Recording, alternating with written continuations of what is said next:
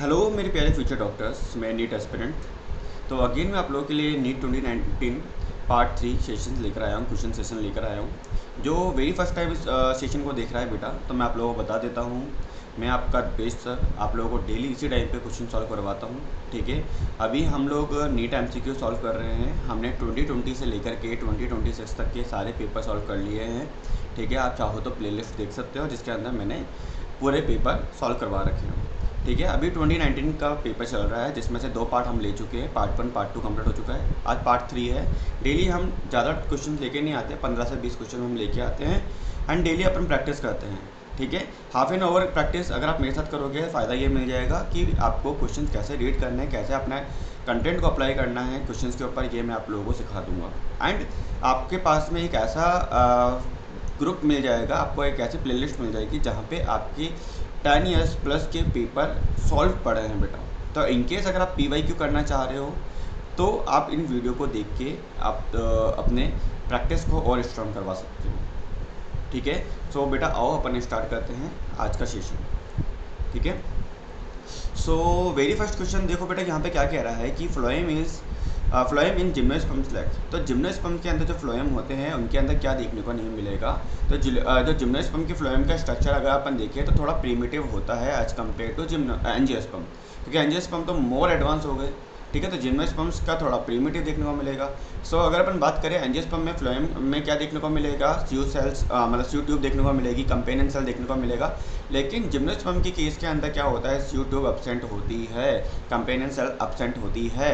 ठीक है, उनकी जगह पे यहाँ पे क्या देखने को मिलेगा, स्यू सेल्स देखने को मिलेगी, simpler version of sieve tube बोल सकते हैं। एल्ब्यूमिनस सेल देखने को मिलेगी, functionally similar to companion cell. बेटा समझ रहे हो मेरी बात को? तो यहाँ पे आंसर क्या हो जाएगा, यहाँ पे आंसर हो जाएगा हमारा both sieve tubes and companion cell. ठीक है, आई होप आपको समझ में आ गया हो। नेक्स्ट क्वेश्चन बेटा हम यहाँ पे देखते हैं। So the next question is match the following organism with their respective characteristics. So यहाँ पे हमें क्या देखना है, यहाँ पे हमें मैच द फॉलोइंग के रिगार्डिंग क्वेश्चन है, तो हमें मैच करना है बेटा। ठीक है, तो चलो अपन हर एक ऑर्गेनिज्म की इनकी खासियत बताते हैं। ठीक है, इनकी मैच करते हैं। सो बेटा यहाँ पे दे रखा पीला, वेरी फर्स्ट दे रखा है बेटा यहाँ पे क्या, पीला। सो पीला क्या होता है बेटा, अगर अपन बात करें तो मोलस्का का मेंबर है। ठीक है, पाइला बोल सकते हैं अपन। ठीक है, पीला बोलो या पाइला बोल लो। तो ये एक तरह से बेटा मोलस्का का क्या होता है, मेंबर होता है। इनके पास में क्या होते हैं, इनके पास में रेडुला होते हैं, teeth like feeding organs present होते हैं। ठीक है, पहला अपन बोल सकते हैं एप्पल स्नेल भी इसको बोल सकते हैं। तो यहाँ पे अगर देखोगे तो पहला से अपन आ जाएंगे किसके पास में, रेडुला के पास में आ जाएंगे। पहला से किसके पास में आ जाएंगे, रेडुला के पास में आ जाएंगे। तो ए थर्ड हो जाएगा, ए थर्ड यहाँ पे भी है, यहाँ पर भी है, यहाँ पर भी है, इसको एलिमिनेट कर देते हैं। फिर आते हैं बेटा किसके पास में, बॉम्बेक्स के पास में आते हैं। बॉम्बेक्स लाइक हम बोल सकते हैं सिल्क वॉर्म के पास आते हैं, इंसेक्ट है। ठीक है, एक्सक्रीशन के लिए इनके पास में क्या होगा, एक्सक्रीशन के लिए इनके पास में होता है मेलपीजियन ट्यूब्यूल्स। ठीक है, सो यहाँ पे क्या हो जाएगा, ये वाला हो जाएगा फोर्थ, बी हो जाएगा फोर्थ, बी फोर्थ बेटा यहीं दे रखा है आपका। ठीक है, सो आंसर तो थर्ड हो जाएगा, बाकी सारे को एलिमिनेट कर देते हैं अपन। ठीक है, फिर भी अपन देखते हैं ना, नेक्स्ट अपने क्या है, प्लूरोब्रेकिया। तो प्लूरोब्रेकिया की अगर हम बात करें, अगर आप देखो कि कॉम्ब जेली, तो टीनोफोरा फाइलम से फाइलम के ऑर्गेनिज्म होते हैं बेटा। मूवमेंट के लिए इनके पास में क्या होगा, कॉम्प्लीट, ठीक है, प्रेजेंट होंगे। तो हम यहाँ पे बोल सकते हैं इसके पास में क्या होगा, कॉम्प्लीट होते हैं। ठीक है, मूवमेंट के लिए होते हैं। फिर आते हैं टीनिया। ठीक है, टैप वॉर्म हम बोल सकते हैं, प्लेटफॉर्म प्लेटीहेल्मिन्थेस से बिलोंग करते हैं। एक्सक्रीशन के लिए फ्लेम सेल देखने को मिलेगी। सो यहाँ पे हम बोल सकते हैं डी हो जाएगा हमारा क्या, 1 एंड आंसर हमारा हो जाएगा क्या, थर्ड। ठीक है, नेक्स्ट क्वेश्चन देखते हैं बेटा अपन यहाँ पे। नेक्स्ट क्वेश्चन बोल रहा है use of an artificial kidney during haemodialysis में रिजल्ट इन। तो बेटा यहाँ पे अगर हम बात करें कि आर्टिफिशियल किडनी अगर अपन यूज़ कर रहे हैं, ठीक है, ड्यूरिंग हीमोडायलिसिस, तो उसके वजह से क्या रिजल्ट देखने को आपको मिल सकता है। तो स्टूडेंट यहाँ पे हम इन्होंने क्या बोला है, ये बोलना चाह रहे हैं आर्टिफिशियल किडनी मतलब हीमोडायलिसिस। तो आर्टिफिशियल किडनी हीमोडायलिसिस का यूज़ तब होता है जब रियल किडनी प्रॉपर क्या नहीं कर पा रही है, फंक्शन नहीं कर पा रही है, काम नहीं कर पा रही है। तो पहले समझ लेते हैं कि हीमोडायलिसिस क्या करता है। हीमोडायलिसिस क्या करेगा, ब्लड से यूरिया है या नाइट्रोजनस वेस्ट हो गए, क्रिएटिनिन हो गए, इनको रिमूव करेगा। अब रिमूव करेगा तो एक्सेस सॉल्ट हो गए, लाइक आपके जो आयन्स होते हैं इंक्लूडिंग पोटेशियम प्लस के प्लस आयन हो गए, इनको भी क्या करेगा, ये रिमूव कर देता है। ठीक है, तो आपकी क्या हो गई है, रियल जो किडनी है वो फंक्शन नहीं हो रही, इसलिए हम यहाँ पे क्या कर रहे हैं, हीमोडायलिसिस यूज़ कर रहे हैं। ठीक है, तो ब्लड से यूरिया क्रेटिनिन मतलब कि नाइट्रोजन जो वेस्ट होते हैं इनको रिमूव करेगा, पोटेशियम को भी रिमूव कर सकता है। तो वेरी फर्स्ट अगर यहाँ पे आप देखोगे तो इन्होंने बोला है nitrogenous waste build up in the body, और मैं बोल रहा हूँ नाइट्रोजनस वेस्ट को क्या करेगा, रिमूव करेगा बेटा। ठीक है, तो ये तो गलत हो जाएगा।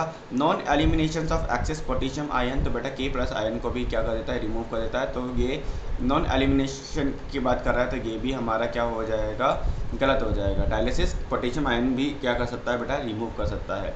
फिर यहाँ पे अगर हम बात करें reduce absorption of calcium ion from gastrointestinal tract, तो बेटा किडनी क्या करती है, अगर आप देखोगे तो इरिथ्रोपोइटिन बनाती है। ठीक है, तो किडनी डैमेज होगी तो ईपीओ कम बनेगा, ईपीओ कम बनेगा तो आरबीसी प्रोडक्शन कम होगा, आरबीसी प्रोडक्शन कम होगा तो एनीमिया हो सकता है। तो ये काफ़ी हद तक सही हो गया है। रिड्यूस अगर अपन देखें, ये कौन सा, ये वाला रिड्यूस आरबीसी प्रोडक्शन वाला, एंड यहाँ पे अगर अपन देखें reduce absorption of calcium ion, तो बेटा ये भी एकदम सही है। देखो किडनी क्या करते हैं फेलियर के टाइम पे, देखो reduce absorption of calcium ion मतलब अगर किडनी फेलियर हुआ है तो इन डेट केस आपको क्या देखने को मिलेगा, विटामिन डी एक्टिवेशन क्या हो जाता है, कम हो जाते हैं। इससे क्या देखने को मिलेगा, इससे इंटेस्टाइन में कैल्शियम +2 आयन का जो एब्जॉर्प्शन होता है वो क्या हो जाता है, कम हो जाता है। ठीक है, विटामिन डी चाहिए होता है किडनी फेलियर में, विटामिन डी होगा आपका, उसका एक्टिवेशन क्या हो जाएगा, कम, मतलब कि आपका, मैं लिख देता हूँ, विटामिन डी क्या है वो कम हो जाएगा। ठीक है, अगर उसका एक्टिवेशन कम हो गया तो इससे इंटेस्टाइन के अंदर कैल्शियम 2+ एब्जॉर्प्शन भी कम हो जाएगा। तो ये भी करेक्ट है और ये भी करेक्ट है। रिड्यूस आरबीसी प्रोडक्शन मतलब किडनी इरिथ्रोपोइटिन हार्मोन बनाती है, एंड किडनी अगर डैमेज होगी तो ईपीओ कम बनता है, ईपीओ कम बनता है तो आरबीसी प्रोडक्शन कम होता है, आरबीसी प्रोडक्शन कम होगा तो एनीमिया क्या होता है, हो सकता है। सो ये दोनों ही करेक्ट हो जाते हैं बेटा। ठीक है, तो हमेशा ध्यान रखना है डायलिसिस क्या होता है, डायलिसिस का मतलब होता है वेस्ट और आयन रिमूव कर देते हैं बेटा ये। ठीक है, और किडनी फेलियर क्या करता है, या किडनी फंक्शन क्या होता है, लॉस के अगर अपन देखें सिस्टमेटिक इफेक्ट देखने को मिलते हैं CND। So answer will B CND। ये बच्चा लेता हूँ, रिकॉर्डिंग परफेक्ट चल रही है, यस। नेक्स्ट क्वेश्चन देखते हैं, which of the following statement is correct, इनमें से कौन सा स्टेटमेंट है जो कि करेक्ट देखने को मिलेगा। कॉर्निया के रिगार्डिंग देखो सारे स्टेटमेंट दे रखे हैं, हर एक में कॉर्निया दे रखा है, तो वेरी फर्स्ट हमें पता होना चाहिए व्हाट इज कॉर्निया। ठीक है, कॉर्निया होता क्या है, कॉर्निया आई का फ्रंट ट्रांसपेरेंट पार्ट होता है, जो आपके आईज है बेटा इसका फ्रंट क्या होगा, ट्रांसपेरेंट पार्ट होगा, जो लाइट को अंदर एंटर करने देता है। ठीक है, अगर कॉर्निया है तो लाइट अंदर एंटर कर पा रही है।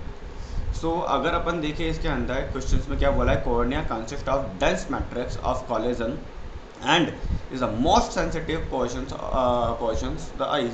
तो बेटा बिल्कुल करेक्ट बात बोली इसने है, अगर आप देखोगे एकदम परफेक्ट बोल रहा है। कॉर्निया क्या होता है बेटा, consist dense matrix of collagen, मतलब कि कॉर्निया में कोलेजन फाइबर्स क्या होते हैं, प्रेजेंट होते हैं, बहुत ज़्यादा क्या होते हैं, नर्व एंडिंग्स होते हैं यहाँ पे, इसलिए मोस्ट सेंसिटिव पार्ट देखने को मिल सकता है।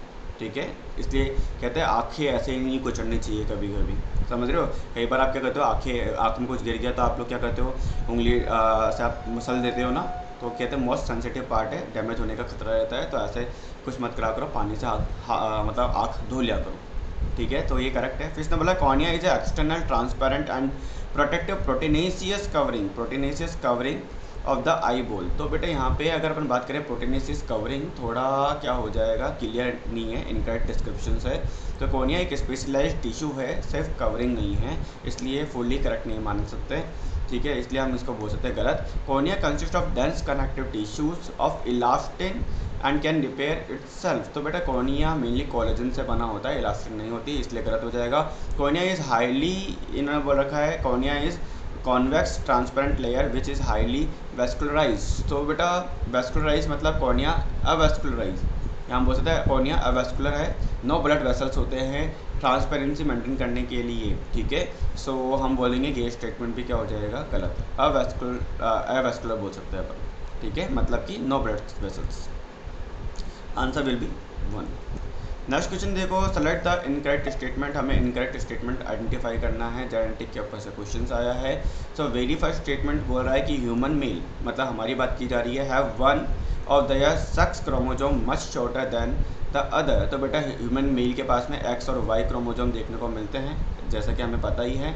और वाई क्रोमोजोम एक्स क्रोमोजोम से क्या होता है, छोटा होता है। तो ये बात अगर अपन बात करें तो एकदम करेक्ट बात बोल दी है इसने।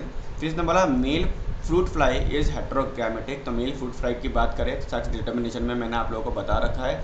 अगर आप लोगों ने जेनेटिक्स के प्रिंसिपल ऑफ इनहेरिटेंस के रील नहीं देखी है तो मैंने रील से आपकी पूरी जेनेटिक्स पढ़ा रखी है। ज़्यादा से ज़्यादा 2 या 3 मिनट के वीडियो है, 1 से 2 मिनट के अंदर आप रील में, मतलब आप खाना खाते भी या आप कोई अदर काम करते करते वो रील सुनोगे तो आप पे टॉपिक पूरा कवर हो जाएगा। मैंने सेक्स डिटर्मिनेशन क्या है, मैंने पूरा चैप्टर ही रील के अंदर पढ़ा दिया है, आप जाके देख सकते हो।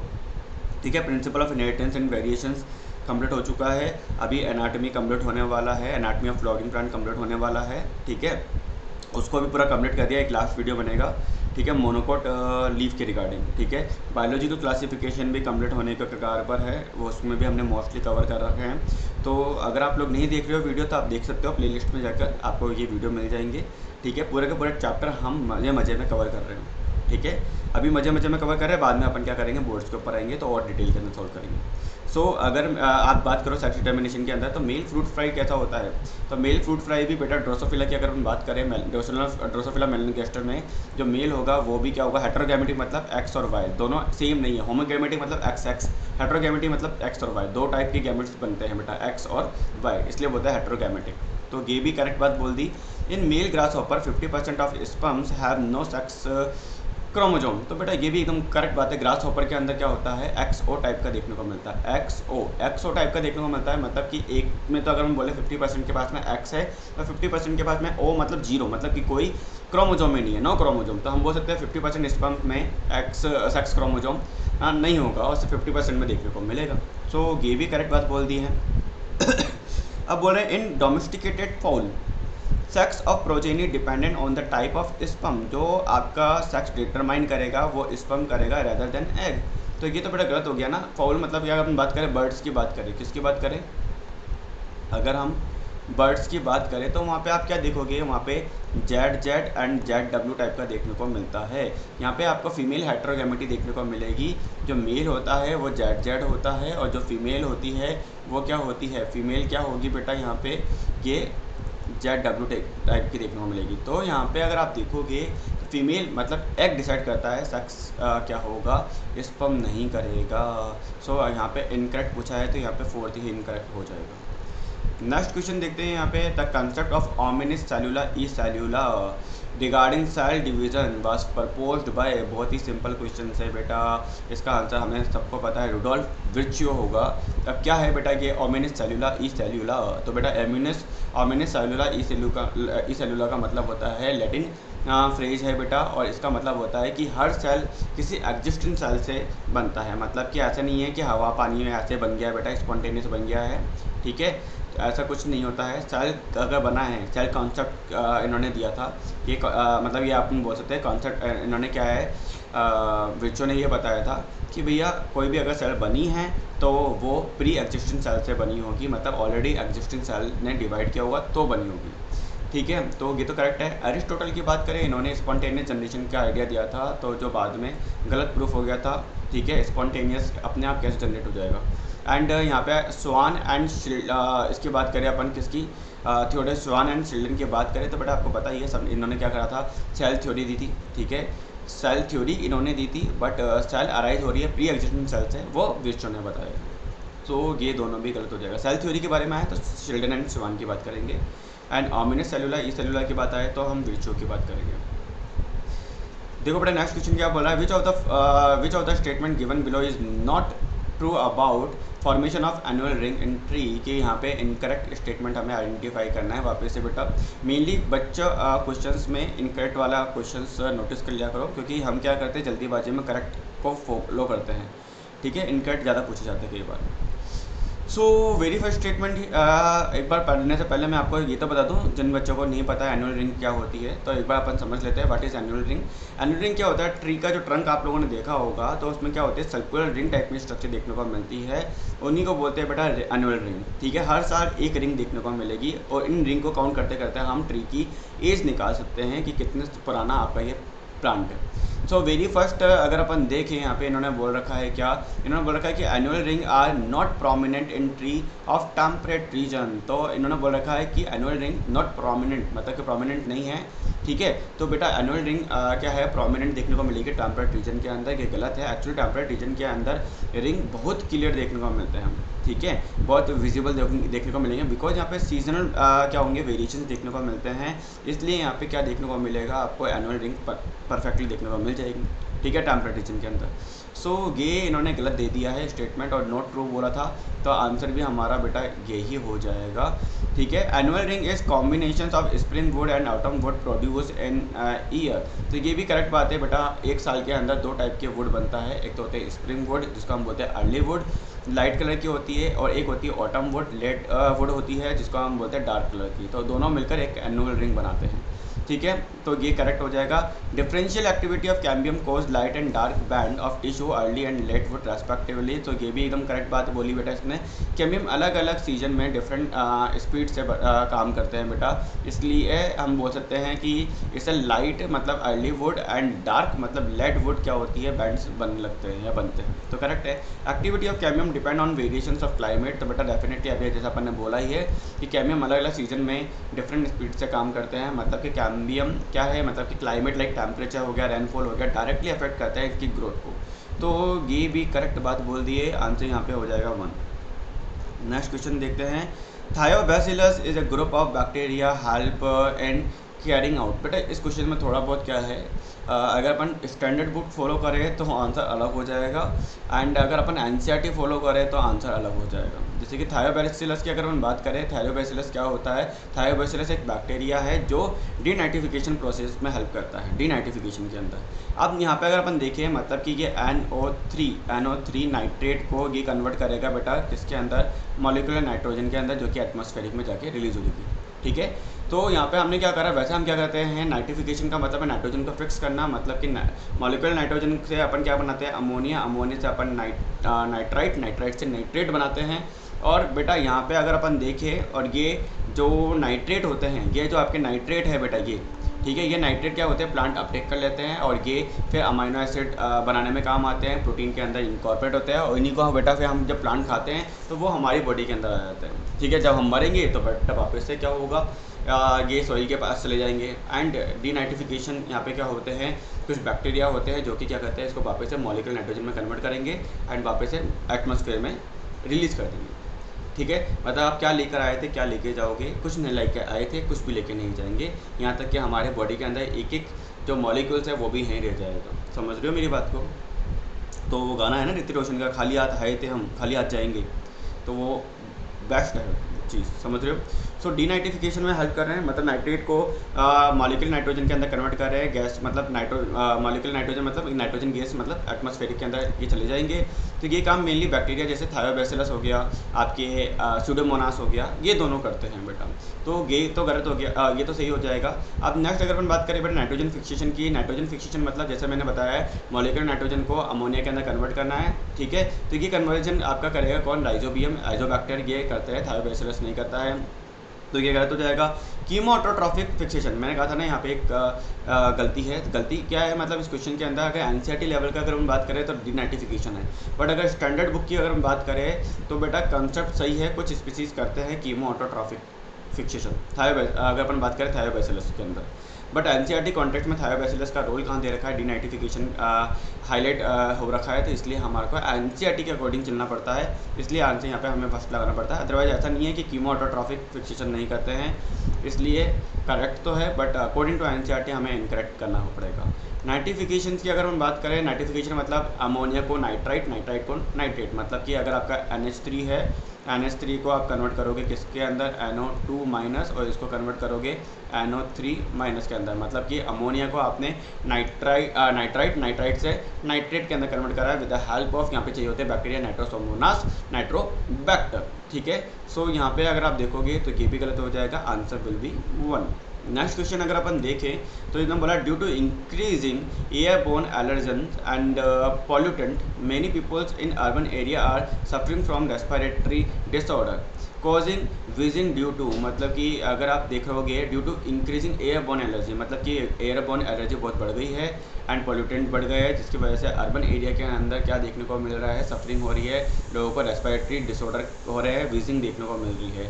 तो क्या होता है ये वीजिंग, तो वीजिंग मतलब कि सांस लेते समय किसी लोगों के सीटी बजने लग जाती है, सीटी जैसे आवाज़ आती है ना, ऐसे कुछ आवाज़ आती है, बोलो हाँ या ना, ठीक है, मतलब वो सांस ले रहे हैं और उनको सीटी बज रही है, तो सीटी बज रही है तो मतलब कि क्या, उसी को बोलते हैं बेटा वीजिंग। अब वीजिंग का मतलब ये क्या है, जब अगर आप देखोगे ये तब होती है जब एयरवेज नैरो हो जाते हैं, ठीक है, एयरवेज मतलब आप सांस ले रहे हो तो वो नैरो हो जाएंगे, मतलब आपने कभी सीटी देखी है, सीटी बजाते हो तो सीटी बजाते हो तो आपने देखा होगा आगे से बहुत नैरो होती है, तभी तो सीटी बजती है वो, समझ रहे हो मेरी बात को।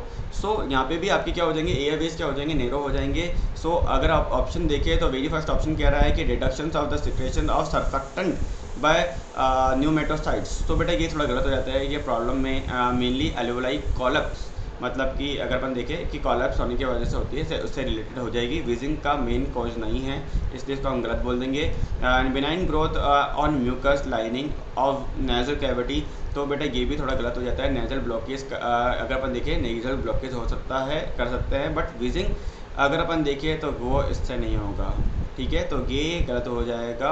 And inflammation of bronchi and bronchioles, तो बेटा ये थोड़ा करेक्ट है, मतलब कि एलर्जेंस या अपन बात करें पॉल्यूटेंट्स, ये इन्फ्लामेशन, ये क्या करेंगे, इन्फ्लामेशन करेंगे, म्यूकस होगा एंड कंस्ट्रक्शंस होगा, इन दैट केस आपका क्या देखने को मिलेगा, एयरवेज नैरो हो जाएंगे, एयर पासेज में डिफिकल्टी होगी, जिसकी वजह से सीटी वाली आवाज़ आएगी, ठीक है। ये कंडीशन अस्थमेटिक में कॉमन है, मतलब कॉमन देखने को मिलेगी, ठीक है।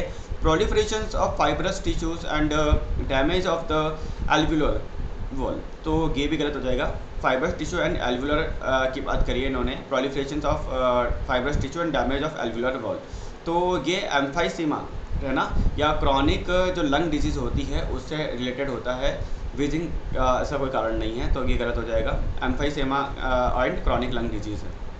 So answer will be third. And next question देखिए, in some plant the female gametophyte develop into embryo without fertilization, मतलब कि फीमेल गैमेटोफाइट डेवलप हो रहा है इनटू एम्ब्रियो के अंदर, फर्टिलाइजेशन करा नहीं है इन लोगों ने और एम्ब्रियो बना दिया है, this phenomena is known as, तो प्लांट के अंदर भी बेटा बहुत सारी चीज़ें देखने को मिलती है, ठीक है। यहाँ पे भी क्या होता है, विदाउट फर्टिलाइजेशन, मतलब कि जब फीमेल गैमेट्स क्या हो रहे हैं, बिना फर्टिलाइजेशन के ही क्या बना रहे हैं बेटा, बिना फर्टिलाइजेशन के ही ये एम्ब्रियो का फॉर्मेशन कर रहे हैं, एम्ब्रियो बना देते हैं, तो उस प्रोसेस को बोलते हैं पार्थेनोजेनेसिस। बहुत इजी क्वेश्चन है ये तो बेटा, है ना, पार्थेनोजेनेसिस बोलेंगे, ठीक है। तो आंसर यहाँ पे हो जाएगा फर्स्ट। ऑटोगेमी का मतलब होता है बेटा कि सेम फ्लावर में सेल्फ पॉलिनेशन हो रहा है, सेम फ्लावर में सेम फ्लावर के अंदर जो पॉलिन ग्रेन होता है वो सेम ही फ्लावर के स्टिग्मा पे जाके लैंड कर रहा है और पॉलिनेशन कर रहा है, इसी को बोल रहे हैं फर्टिलाइजेशन, ठीक है। मतलब यहाँ पे हम बोल सकते हैं कि ऑटोगेमी होगा, ठीक है। सो सेल्फ पॉलिनेशन होगा। पार्थेनोकार्पिक का मतलब होता है बिना फर्टिलाइजेशन के फ्रूट बन जाना, जैसे कि सीडलेस बनाना, तो एम्ब्रियो फॉर्मेशन की बात नहीं हो रही है, फ्रूट फॉर्मेशन होगा यहाँ पे। सिनगेमी का मतलब होता है कि बेटा एक मेल गैमेट फ्यूज करेगा किसके साथ में, एक फीमेल गैमेट के साथ में, एक के साथ में, और क्या बनाएगा, फ्यूजन करके जाइगोट बनाएगा बेटा, समझ रहे हो मेरी बात को। तो ये पार्थेनोजेनेसिस नहीं है, answer will be 1। Next question अगर अपन देखें, सेलेक्ट द करेक्ट ऑप्शन, इसको कराने से पहले थोड़ा बहुत आपको डिटेल में दे देता हूँ, ठीक है। इसको बताने से पहले जो बच्चों को थोड़ी दिक्कत है उनको मैं समझा देता हूँ ये topic. So human rib cage के रिगार्डिंग मैंने यहाँ पे एक बहुत अच्छा डायग्राम मैंने बना रखा है, लगा रखा है, आप लोग समझ सकते हो। तो इस क्वेश्चन को सॉल्व करने से पहले बेटा आप लोगों को थोड़ा बहुत यहाँ पे डिटेल पता होना चाहिए। टोटल जो रिप्स होती है वो कितनी होती है, टोटल रिप्स आपको देखने को मिलेगी बेटा कितनी, 12 पेयर, मतलब कि 24 रिप्स देखने को मिलेगी। डिवाइड होती है बेटा into 2 true false and floating ribs के अंदर। तो what is the meaning of true ribs, false ribs and floating ribs? True ribs का मतलब अगर हम बात करें टाइप ऑफ रिप्स, मतलब ट्रू रिप्स 1 to 7 होती है। ये देखो बेटा, ये 1 2 3 4 5 6 7 जो कि आपके स्टर्नम से बेटा, ये जो आपका स्टर्नम वाला पार्ट है इससे क्या हो रहा है, डायरेक्ट कनेक्टेड है। फॉल्स रिप देखो बेटा 8 to 10 देखने को मिलेगी, ये 7 वाले से कनेक्टेड हो रही है। एंड एक है फ्लोटिंग रिप जो कनेक्ट ही नहीं है। सो हम बोलेंगे ट्रू रिप मतलब डायरेक्टली अटैच। अगर मैं इसको थोड़ा सा जूम कर देता हूँ ताकि आप लोगों को और डिटेल में दिखे, अभी क्वेश्चन नहीं, अभी अपन को कंटेंट देखना है। तो ट्रू रिप्स की अगर हम बात करें तो directly attach to the sternum via the costal cartilage and strong and protective होगी। देखो बेटा डायरेक्ट कनेक्टेड हो रही है स्टर्नम से। अगर अपन बात करें बेटा किसकी, फॉल्स रिप्स की 8 to 10, अगर आप 8 to 10 को अगर आप देखोगे, ये देखो ये रहा 8 to 10 की बात करोगे ये, तो बेटा ये देखो ये आपका ये वाला ये क्या है, ये 7th है। 7th से देखो बेटा ये 7 से 8 भी कनेक्टेड है और 7 से 9th भी कनेक्टेड है और 7 से 10th भी कनेक्टेड है। ये सारे के सारे कनेक्टेड है। समझ रहे हो मेरी बात को? तो हम बोल सकते हैं बेटा फॉल्स रिप मतलब indirectly attach to the sternum via 7th ribs cartilage, less rigid support है। एंड फ्लोटिंग रिप्स की बात करें, not attach to the sternum at all and provide protection to kidney. तो बेटा देखो यहाँ पे अगर आप बात करोगे फ्लोटिंग रिप्स की, तो ये देखो ये बेटा ये फ्लोटिंग, ये देखो स्टर्नम से कनेक्टेड नहीं है। ये देखो ये देखो ये देखो ये घूम रही है ये, ठीक है। ये देखो ये इसकी भी अगर आप बात करोगे ये वाला, तो ये कनेक्टेड ही नहीं है बेटा। समझ रहे हो? तो यहाँ पे हम क्या बोल सकते हैं, यहाँ पे हम बोल सकते हैं क्या, यहाँ पे हम बोल सकते हैं कि 3 टाइप की रिप्स हम लोगों ने यहाँ पे देख ली। सो इसी अकॉर्डिंग बेटा हमारे को यहाँ पे आंसर देना है, ठीक है। इसी के अकॉर्डिंग आप लोगों को आंसर यहाँ पे देना है। सो आई होप आपको ये कॉन्सेप्ट तो समझ में आ गया होगा। तो अब यहाँ पे देखो बेटा very first statement is saying what, ठीक है। इसने बोल रखा है there are 7 pair of vertebrosternal, 3 pairs of vertebrochondral and 2 pair of vertebral ribs. तो बेटा यहाँ पे आपको 7 पेयर्स ऑफ यहाँ पे क्या देखने को मिल रहा है, वर्टिब्रोस्टर्नल देखने को मिल रहा है, सही बात है। 3 पेयर्स आपको 8 9 10 की अगर इन्होंने बात करी, इन्होंने बोला है वर्टिब्रोंकोड्रल्स देखने को मिल रहे हैं एंड 2 पेयर आपको वर्टिब्रल रिब्स देखने को मिल रही है। तो 7 पेयर मतलब आपका जो ट्रू रिब्स हो गई, 3 पेयर्स मतलब आपका फॉल्स रिब्स हो गई एंड 2 पेयर मतलब आपकी फ्लोटिंग रिब्स हो गई, इनकी बात की जा रही है, ठीक है। तो ये एकदम करेक्ट बात है। इतना बोला 8 9 10 pair of ribs articulate directly with the sternum, directly बेटा स्टर्नम से छोड़ना है। अभी मैंने आपको कंसेप्ट बता दिया, ये इनडायरेक्टली अटैच हो रहे हैं बेटा कार्टिलेज के थ्रू, डायरेक्टली नहीं हो रहे हैं। एंड यहाँ पे अगर हम बात करें 11th and 12th pair of ribs are connected to the sternum with the help of hyaline cartilage. तो बेटा ये फ्लोटिंग रिब्स है, स्टर्नम से बिल्कुल कनेक्टेड नहीं होती है। फिर इसने बोला है कि each ribs in a flat thin bones and all the ribs are connected dorsally to the thoracic vertebrae and ventrally to the sternum. तो बेटा ये भी थोड़ा गलत हो जाता है, सब रिब्स स्टर्नम से कनेक्ट नहीं होते हैं। समझ रहे हो मेरी बात को? इसने बोला each ribs in the flat thin bones and all the ribs are connected dorsally to the thoracic vertebrae and ventrally to the sternum. तो बेटा सारे के सारे थोड़ा ना हो रहे फ्री, मतलब यहाँ पे फ्लोटिंग रिब्स भी तो है बेटा। सो यहाँ पे आंसर अगर अपन देखें तो 1 हो जाएगा। आई होप अच्छे से ये समझ में आ गया हो, कोई डाउट ना रहा हो बेटा। समझ रहे हो मेरी बात को? हर एक टॉपिक को अपन एकदम डेप्थ के अंदर अपन एक्सप्लेन करके चलेंगे। अगर इनकेस किसी बच्चे ने कोई टॉपिक पढ़ा भी नहीं होगा ना, तो भी इनको एक्सप्लेनेशन समझ में आने वाला है। समझ रहे हो? और एक्सप्लेनेशन ऐसे समझ में आएगा कि बेटा इनको अगर आप सेव कर लोगे तो आपके नोट्स भी हैंड टू हैंड ही बन गए हैं। नेक्स्ट क्वेश्चन हम देखते हैं यहाँ पे बेटा। नेक्स्ट क्वेश्चन क्या बोल रहा है कि how does steroid hormone influence the cellular activity. बेटा स्टेरॉइड हार्मोन है, तो स्टेरॉइड हार्मोन की अगर अपन बात करें तो स्टेरॉइड हार्मोन का मैकेनिज्म क्या होता है। स्टेरॉइड हार्मोन क्या होते हैं, जैसे कोर्टिसोल हो गए, टेस्टोस्टेरोन हो गए, लिपिड सोल्यूबल होते हैं। स्टेरॉइड है ना यहाँ पे, स्टेरॉइड है मतलब यहाँ पे हम बोल सकते हैं लिपिड सोल्यूबल है, इसलिए ये सेल मेम्ब्रेन को बेटा ये क्या कर सकते हैं, ये सेल मेम्ब्रेन अगर मैं बात करें, ये सेल मेम्ब्रेन को डायरेक्टली क्रॉस कर लेते हैं बेटा। डायरेक्टली क्रॉस करने के बाद क्या करेंगे, ये हार्मोन अंदर एंटर करेगा, साइटोप्लाज्म या न्यूक्लियस में रिसेप्टर से बाइंड करता है एंड हार्मोन रिसेप्टर कॉम्प्लेक्स बनाता है और ये क्या करेगा, डीएनए पर जाकर बाइंड करेगा, जीन एक्सप्रेशन को चेंज कर सकता है, प्रोटीन सिंथेसिस चेंज कर सकता है, इसी से सेलुलर एक्टिविटी कंट्रोल होती है। तो बेटा ये या तो न्यूक्लियस के अंदर ये है, या तो न्यूक्लियस के अंदर जाएंगे बेटा। और न्यूक्लियस के अंदर हमारे पास में कौन प्रेजेंट है, न्यूक्लियस के अंदर हमारे पास में है डीएनए। ये देखो ये या तो न्यूक्लियस के अंदर जाएंगे, न्यूक्लियस के अंदर अगर हम बात करें तो न्यूक्लियस के अंदर हमारे पास में है डीएनए, डीएनए के अंदर अगर हम बात करें तो जीन, जीन के पास में है प्रमोटर एंड आपके coding region and termination region. ठीक है, मतलब कि वहाँ पे क्या देखने को मिलेगा, प्रमोटर रीजन देखने को मिलेगा। प्रमोटर मिलेगा, स्ट्रक्चरल जीन मतलब कोडिंग रीजन देखने को मिलेगा, एंड यहाँ पे टर्मिनेशन रीजन देखने को मिलेगा। तो ये बेटा सेल के अंदर ये जैसे कि आपके स्टेरॉइड हार्मोन हो गए, ऐसे लिख देता हूँ, ये अंदर एंटर करेगा। तो ये बेटा ये क्या कर सकता है, या तो प्रमोटर से बाइंड करके ये इस जीन के एक्सप्रेशन को क्या कर सकते हैं, कंट्रोल कर सकते हैं। ठीक है, समझ रहे हो मेरी बात को? ये क्या करेंगे, जीन एक्सप्रेशन को कंट्रोल करके जाएंगे। तो ऐसा कुछ यहाँ पे अगर आप देखो, using aquaporin channel as a second messenger. So aquaporin की बात करें, एक्वापोरिन वाटर ट्रांसपोर्ट के लिए होता है, सिग्नलिंग के लिए नहीं होता है। तो ये क्या हो जाएगा, wrong. Changing the permeability of the cell membrane, तो ये मेनली प्रोटीन पेप्टाइड हार्मोन का इफेक्ट होता है, तो ये गलत हो जाएगा। And bind to the DNA and forming a gene hormone complex, तो बेटा अभी आपको ये बता ही चुका हूँ, ये अभी अपन ने देखा ही है।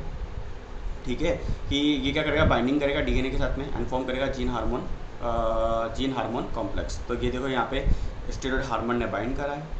ठीक है, एंड ये क्या करेगा, ये रेगुलेट करेगा कि भैया कैसे इसको एक्सप्रेशन कराना है। इसके बाद में ये इससे बाइंड करेगा, कौन इससे बाइंड करेगा, हमारा RNA polymerase. RNA polymerase bind करेगा। तो आरएनए पॉलीमरेज काम क्या करता है, जल्दी बताओ मुझे। आरएनए पॉलीमरेज क्या करेगा, इस जीन का सिंथेसिस कराएगा, एमआरएनए बनवाएगा। एमआरएनए बनाने के बाद में बेटा ये न्यूक्लियस से बाहर आएगा एंड देन ट्रांसलेशन करेगा। तो ये क्या करेगा, एक प्रोटीन बनाएगा और इस प्रोटीन को बोलेगा भैया क्या काम करना है। ये सारे के सारे काम करते हैं बेटा कौन, स्टेरॉइड हार्मोन। ठीक है, क्योंकि यहाँ पे आपको रिसेप्टर देखने को मिल सकता है, ये साइटोप्लाज्म में एज वेल एज न्यूक्लियस में, दोनों में ही काम कर सकते हैं। सो आंसर यहाँ पे थर्ड हो जाएगा। ठीक है, activation cyclic AMP located on the cell membrane, तो ये भी हमारा क्या होता है, गलत हो जाता है। Cyclic AMP pathway non steroid हम बोल सकते हैं, यूज़ होते हैं। ठीक है, so answer will be third. Next question देखते हैं बेटा। यहाँ पे नेक्स्ट क्वेश्चन है, सेलेक्ट करना है हमें, क्या सेलेक्ट करना है, the correctly written scientific name mango with the first describe by Carolus Linnaeus. तो बेटा मैंगो के अंदर देखो, यहाँ पे जब भी आप साइंटिफिक नेम आप लिख रहे हो तो आपको क्या करना है बेटा, जीनस का नाम पहले आता है। जीनस का नाम पहले आएगा, तो हमारे पास में है यहाँ पे क्या, मैंजीफेरा। इसके बाद में जीनस का नाम आने के बाद में, और जीनस का फर्स्ट लेटर क्या होगा, कि फर्स्ट लेटर बेटा कैपिटल होता है। समझ रहे हो मेरी बात को? फिर आता है स्पीसीज़ का नाम। स्पीसीज़ है बेटा यहाँ पे कौन, इंडिका।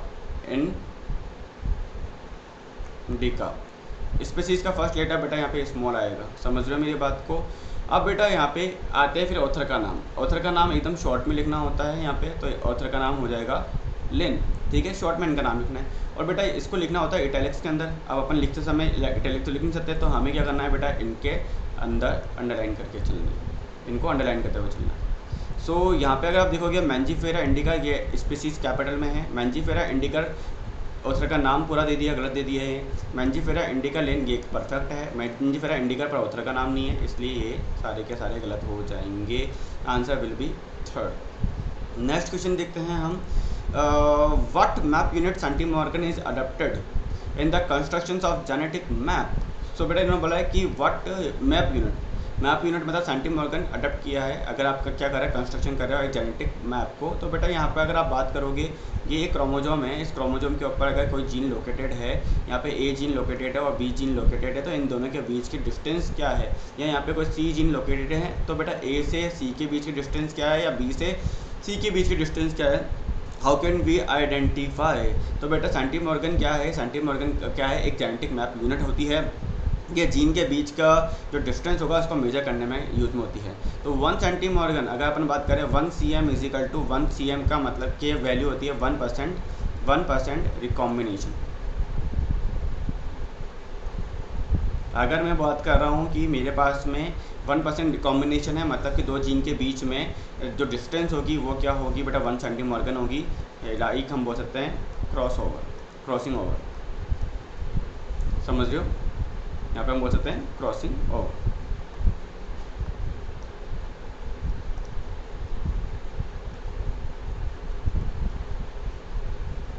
ठीक है, सो यहाँ पे अगर अपन देखें तो अगर दो जीन के बीच में डिस्टेंस कितनी है बेटा, दो जीन के बीच में 1% क्रॉसिंग ओवर हुआ है या रिकॉम्बिनेंट 1% है, तो उनके डिस्टेंस भी बेटा 1 सेंटीमॉर्गन होगी। तो यहाँ पे अगर आप देखोगे a unit of distance between gene on chromosome representing 50% crossing over wrong, 100% crossing over wrong, 100% crossing over wrong. तो यहाँ पे हम बोलेंगे a unit of distance between gene on chromosome representing 1% crossing over. मतलब कि भैया अगर 1% क्रॉस ओवर है तो 1% हमारे आपकी मैप यूनिट या हम बोल सकते हैं सेंटीमॉर्गन डिस्टेंस देखने को मिल जाएगी।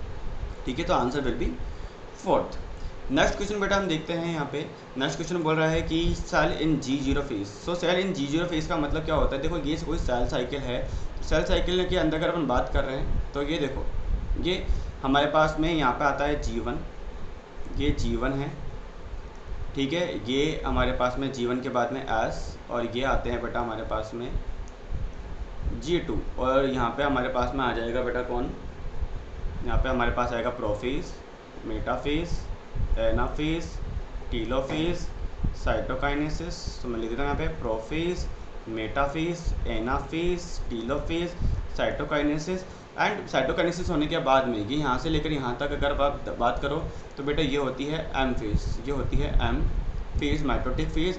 और यहाँ से लेकर के यहाँ तक की अगर अपन बात करें, इधर से लेकर के इधर तक की अगर अपन बात करें तो दैट इज़ व्हाट, ये होती है इंटरफेज, इंटरफेज। और इंटरफेज में हमें G1, G1S, G2 ये देखने को मिलते हैं। अब बेटा ये बीच वाली स्टेज क्या होगी, ये होती है G0। तो जैसे ही कोई सेल क्या होती है, सेल साइकिल, जैसे अपनी कोई सेल है वो अपने सेल साइकिल कवर कर दिया, मतलब हम बोले कोई सेल है डिवाइड हो गई है। डिवाइड होने के बाद में जैसे कि G1 से वो S में गई, S से G2 में गई, G2 से M में गई, M होने के बाद उसका डिवीजन कंप्लीट हो गया। तो या तो वो वापस से डिवीजन के अंदर जा सकती है, या वो क्या कर जाएगी बेटा, वो G0 के अंदर चली जाएगी। G0 के अंदर जाने का मतलब होता है बेटा क्या, कि उसने सेल साइकिल को एग्जिट कर दिया है। मतलब कि अब सेल साइकिल या तो देखो वो क्या हो रही है, या तो वापस से सेल साइकिल के अंदर जा रही है, ठीक है, वापस से सेल साइकिल को कंटिन्यू करेगी, वापस डिवीजन कर रही है। या अगर वो क्या करेगी, वो वापस से G0 में चल जाएगी, मतलब कि भैया मेरे को अब डिवीजन नहीं करना है, मेरे को डिवीजन नहीं करना तो मैं एग्जिट कर दूंगा सेल साइकिल को। ऐसे कई सेल क्या होती है बेटा, इमेच्योर होती है, वो वापस से G1 में आ जाती है। वो G1 के अंदर अगर गलती से आ गई है तो G1 क्या करता है, उसको वापस से सेल साइकिल एग्जिट करवा देता है कि भैया तुम वापस से G0 के अंदर जाओ, तुम अभी मैच्योर नहीं हो, पहले तुम प्रिपेयर तो क्या हो। तो G0 का मतलब है या तो M से G0 के अंदर जाएंगे, या G1 के अंदर आ गए गलती से और मैच्योर नहीं है तो वापस से तुम पीछे जाओ एंड पहले मैच्योर होके आ जाओ, समझ रहे हो। सो यहाँ पे हम बोल सकते हैं कि आंसर हमारा क्या हो जाएगा, exit, terminate the cell cycle, enter the cell cycle, suspend the cell cycle, ये रॉन्ग स्टेटमेंट हो जाएगा। आंसर विल भी हमारा हो जाएगा 2। आई थिंक आप लोगों को अच्छे से समझ में आ गया हो, कोई डाउट ना रहा हो। इनकेस फिर भी कोई डाउट है तो बेटा आपको बताना है। इसी के साथ बेटा अगर आप देखोगे तो हमारा क्या हुआ, ये सेशन यहीं कंप्लीट हो गया है। हमारे 15 क्वेश्चन का जो टारगेट है वो आज कंप्लीट हो गया है। बेटा अगर कोई भी डाउट आ रहा है, कोई भी प्रॉब्लम आ रही है तो आप कमेंट बॉक्स में लिख के बता सकते हो। कोई भी क्वेश्चंस में डाउट है तो आप हमारे व्हाट्सअप ग्रुप पे ऐड हो सकते हो। व्हाट्सअप ग्रुप पे आप मॉर्निंग से लेकर के रात में 12-1 बजे तक कभी भी मैसेज कर सकते हो। कोई क्वेश्चंस में डाउट आ रहा है तो बेटा मैं आप लोगों को वो क्वेश्चन सॉल्व कराऊंगा। क्वेश्चंस अगर एक्सप्लेनेशन अगर वॉइस मैसेज के थ्रू समझ में आ गया तो वॉइस मैसेज में दे दूंगा। इनकेस कोई ट्रिकी क्वेश्चन है तो मैं उसके ऊपर वीडियो बना के आपको अपलोड कर दूंगा, ठीक है। बहुत सारे बच्चे ऐड हो चुके हैं, ठीक है। तो आप इस अपॉर्चुनिटी से को मिस मत करो। आप भी चाहो तो मुझे मैसेज कर सकते हो, ठीक है। मेरे नंबर हमेशा मेरे थंबनेल के ऊपर लगे हुए होते हैं, डिस्क्रिप्शन के ऊपर भी होते हैं। मुझे मैसेज करना है ओनली कि सर मैं नीट स्टूडेंट हूँ, 11th का हूँ तो 11th लिखना है, 12th के स्टूडेंट हो तो 12th लिख दो। एंड अगर आप लोग नीट ड्रॉपर हो तो आप ड्रॉपर लिख दो। बोल दो सर हमें आपके नीट वाले चैनल के अंदर, नीट वाले ग्रुप में ऐड कर दो, ठीक है। मैं आप लोगों को ऐड कर दूंगा। इनकेस कभी भी फ्यूचर में आपको कोई क्वेश्चंस में डाउट आता है, आप क्वेश्चन की इमेज भेजो एंड देन पूछ लो सर इसका आंसर बता दो, क्या होगा, आपका आंसर मिल जाएगा। इस चीज़ के आपसे मैं कोई पैसा लेता नहीं हूँ, कोई चार्ज लगता नहीं है आप लोगों का, बस आप लोगों की हेल्प के लिए ये मैंने बनाया है, ठीक है। एंड इससे आप लोगों की हेल्प हो जाती है। एंड मेरा फ़ायदा क्या है, मेरा फ़ायदा इसमें कुछ भी नहीं है, बस ये है कि हाँ एक बच्चे की हेल्प करने से मुझे थोड़ा सुकून मिलता है, ठीक है। कि अगर हमारे पास में नॉलेज है और वो नॉलेज अगर किसी सही जगह पे यूटिलाइज़ हो रही है, उससे किसी बच्चे का फ्यूचर बन रहा है, किसी नीडी बच्चे की हेल्प हो रही है, तो डेफिनेटली, क्योंकि मोस्ट ऑफ द स्टूडेंट क्या होते हैं बेटा, चलो ठीक है किसी के पेरेंट्स बहुत ही सक्षम हैं तो वो बेटा कोचिंग के अंदर बच्चों को भेज देते हैं, कोचिंग के अंदर भेज देते हैं। कोचिंग की फ़ीस भी बेटा अब कम नहीं है, किसी कोचिंग की फ़ीस लाख रुपये है, किसी की 50,000 है, किसी की 70,000 है, किसी की 90,000 है, किसी की 1.5 लाख रुपये है। तो बेटा इतना बड़ा कॉस्ट आई थिंक बच्चा नहीं दे पाता है। तो हम किसकी हेल्प करना चाह रहे हैं, हम उन बच्चों की हेल्प करने जा रहे हैं जो इस चीज़ को अफोर्ड नहीं कर पा रहा है और उसको फ्री के अंदर सब कुछ चाहिए, ठीक है। फ्री का मतलब ऐसा नहीं है कि मैं फ्री में दूंगा तो आपको, ऐसा नहीं है कि आपको नोटिस नहीं करूंगा, नोटिस पूरा होगा। बच्चा पढ़ रहा है नहीं पढ़ रहा है ये मैं पूरा नोटिस करता हूँ, बच्चा आंसर दे रहा है नहीं दे रहा है, बच्चे ग्रुप में एक्टिव है या नहीं है, ये मैं पूरा नोटिस करके चलता हूँ, ठीक है। ऐसे नहीं है कि वहाँ पर जाके बैठ जाना है एंड एक फ्री में फोकट में ग्रुप मिल गया, नहीं। आप लोगों को वहाँ पे क्या करना होगा, पूरी प्रैक्टिस के साथ में काम करना होगा, पूरा पढ़ाई करनी होगी। कभी भी क्वेश्चंस में डाउट आता है आप लोग मुझे भेज सकते हो, ठीक है। पढ़ाई करनी पड़ेगी बस, ठीक है। एंड वही बच्चा ऐड हो जिसको जो रियली में चाहता है, जो नीडी है एंड जो अफोर्ड नहीं कर सकता इतनी कॉस्ट वाली पढ़ाई, तो आप यहाँ पे ऐड हो जाओ। आपको फ्री ऑफ कॉस्ट है, कोई चार्ज नहीं लगेगा, ऐसा आपसे कोई पैसे नहीं मांगे जाएंगे, सब कुछ फ्री के अंदर हो रहा है। ठीक है, ऐसा मत सोचो कि सब ऐड करने के बाद चार्ज लेंगे, ऐसा कुछ भी नहीं है। ऐड होने के बाद अगर आपको लग रहा है कि सर ने चार्ज के लिए बोल दिया है, तो ग्रुप लेफ्ट करने में 2 मिनट भी क्या लगता है, 1 सेकंड लगता है, एग्जिट ग्रुप में क्लिक करना है, बाहर निकल जाना, अगर आपको फ्यूचर में ऐसा लगता है तो आना भी आपकी मर्ज़ी है, जाना भी आपकी मर्ज़ी है। ना मैं आप लोगों को आने के लिए फ़ोर्स कर सकता हूँ, ना मैं आप लोगों को जाने के लिए फ़ोर्स कर सकता हूँ। ठीक है, ना ही मैं आपको मतलब खैर से ला सकता हूँ, ना ही मैं आपको रोक सकता हूँ कि आप जा रहे चाह रहे हो तो एग्जिट कर देना। अगर आपको लग रहा है कि सर तो यहाँ पे कुछ पढ़ा ही नहीं रहे, या यहाँ पे हमारा कुछ सीखने को नहीं मिल रहा। एनटीए रिगार्डिंग कोई भी लेटेस्ट न्यूज़ होगी वो आप लोगों के पास टाइम टू टाइम आती रहेगी आपके पास। और एमसीक्यू रिगार्डिंग बेटा ये सेशन हमारा पूरे साल चलेगा। इससे आपका फ़ायदा क्या होने वाला है बेटा, डेली हम 15 से 20 क्वेश्चन सॉल्व करते हैं। 15 क्वेश्चन भी अगर मैं मिनिमम लगा रहा हूँ तो एक महीने में अगर आप देखोगे 10 दिन में 150 क्वेश्चन, एक महीने में 450 क्वेश्चन, 450 क्वेश्चन, मतलब कि हम एक महीने में 450 क्वेश्चन 450 एमसीक्यू सॉल्व कर रहे हैं। एक साल का एवरेज लगा लो बेटा, 450 मल्टीप्लाई कर लो 10, तो 10 महीने का भी अगर एवरेज लगाते हो, एस्टिमेशन देखते हो, तो बेटा 4500 एमसीक्यू, मतलब कि पूरे साल में अपन वैसे अगर देखा जाए 12 महीने से कैलकुलेट करोगे 5000 प्लस एमसीक्यू हम सॉल्व करने वाले हैं इस चैनल के ऊपर। तो बेटा अगर आप लोगों ने मेरे साथ सॉल्व कर लिया तो बेटा कोई ऑप्शन ही नहीं बचता है कि आपका ये टॉपिक छूट गया है, आपका ये ऑप्शन छूट गया है, या यहाँ से क्वेश्चन कोई नया आ जाएगा। तो वी आर टारगेटिंग कि नीट के अंदर हमारा, नीट बायोलॉजी के अंदर हमारा 360 आउट ऑफ 360 आने चाहिए, क्योंकि पूरे यूट्यूब के अंदर डेफिनेटली बेटा बहुत सारे अच्छे अच्छे टीचर बैठे हुए हैं एंड वो सारे के सारे फोकस करें कंटेंट कंटेंट कंटेंट। कोई भी इस कोर चीज़ को तो समझ ही नहीं पा रहा कि बच्चा कंटेंट याद कर चुका है, बच्चे को कंटेंट पूरा का पूरा समझ में आ चुका है, बच्चे को दिक्कत कहाँ आ रही है, बच्चे को दिक्कत आ रही है उस कंटेंट को एमसीक्यू के ऊपर अप्लाई करने में। बच्चा एमसीक्यू सॉल्व ही नहीं कर पा रहा है, तो ऐसे कंटेंट का करना क्या है जिससे आपको मतलब टॉपिक समझ में नहीं आ रहा है या टॉपिक आपका कवर ही नहीं हो रहा। बेटा अगर अपन देखो जिस हिसाब से मैंने आप लोगों को एक्सप्लेनेशन दे रहा हूँ, फॉर एग्जाम्पल देखो ये अपन ने यहाँ पे लगाया है, तो ऐसे अगर इनकेस अगर आप लोगों को टॉपिक अगर समझाना पड़ा मुझे, तो मैं टॉपिक भी समझा दूंगा, क्वेश्चन भी सॉल्व करा दूंगा। टॉपिक अगर समझा दूंगा तो क्वेश्चन ऑटोमेटिक आप लोग लगा दोगे। एक्सप्लेनेशन ऐसा नहीं है इसका आंसर ये होगा, जल्दी जल्दी में आया, जल्दी जल्दी में गया, समझ रहे हो। मतलब ये मान के चलो क्वेश्चंस तो कर ही रहे हैं, क्वेश्चन के साथ हम टॉपिक भी पढ़ रहे हैं, तभी तो हमको टाइम लग रहा है। तो ईच एंड एवरी एमसीक्यू हम डिटेल के अंदर एक्सप्लेन करेंगे। ये आप लोगों का डेली का 35 to 40 मिनट्स या 1 आवर का टाइम मैं आप लोगों का लूँगा, बट डेफिनेटली बेटा आपको कुछ दे के ही जाऊँगा, मैं आप लोगों का टाइम ख़राब नहीं करूँगा। समझ रहे हो मेरी बात को। और ऐसा कंटेंट अगर आपको पढ़ना है तो बेटा हम कंटेंट की क्लास भी लगाएंगे आप लोगों की, उसके ऊपर भी ऐसा कोई चार्ज नहीं लिया जाएगा। मैं आप लोगों का डेली सेशंस भी लूँगा, ठीक है। एंड सेशंस के ऊपर भी बेटा अगर आपके पास में ब्रीफ के अंदर ऐसे ही आपके पास में डायग्रामेटिक सब कुछ आपको देखने को मिलेगा सारा, बट डिटेल के अंदर अपन कवर करने वाले हैं, तो मिस मत होना दो। और उन बच्चों से, उन नीडी स्टूडेंट के साथ में जो अफोर्ड नहीं कर सकते हैं बहुत कॉस्टली वाली पढ़ाई, मेरा टारगेट ये है मैं नीट के अंदर, नीट बायोलॉजी में उनके 360 आउट ऑफ 360 ला के दूँगा। बट आप लोगों को क्या करना है, उन नीडी स्टूडेंट को बेटा जिनको नहीं पता है कि एक्चुअली कहाँ हमको फ्री में मिलेगा, वो जो भटक रहे हैं, उनको बेटा ये शेयर कर दो, उनके साथ ये शेयर कर दो, ठीक है, ताकि उनका भी भला हो जाए। एंड साथ में मिलकर करते हैं बेटा बहुत कुछ। प्लानिंग बहुत ज़्यादा अच्छी है, बहुत ज़्यादा स्ट्रॉन्ग प्लानिंग कर रखी है आप लोगों का। पूरे साल भर की प्लानिंग पूरे एडवांस मैंने कर ली है, पूरा माइंड मैप क्लियर है, बस साथ में जुड़ जाओ, ठीक है। अभी सेशन वाला चल रहा है, क्लास वाला सेशन बहुत जल्दी स्टार्ट होने वाला है, ठीक है। तो ऐसे ही जुड़े रहो, और अगर आपके लिए हेल्पफुल है तो लाइक शेयर एंड सब्सक्राइब कर दो। All the best for your exam, bye, take care.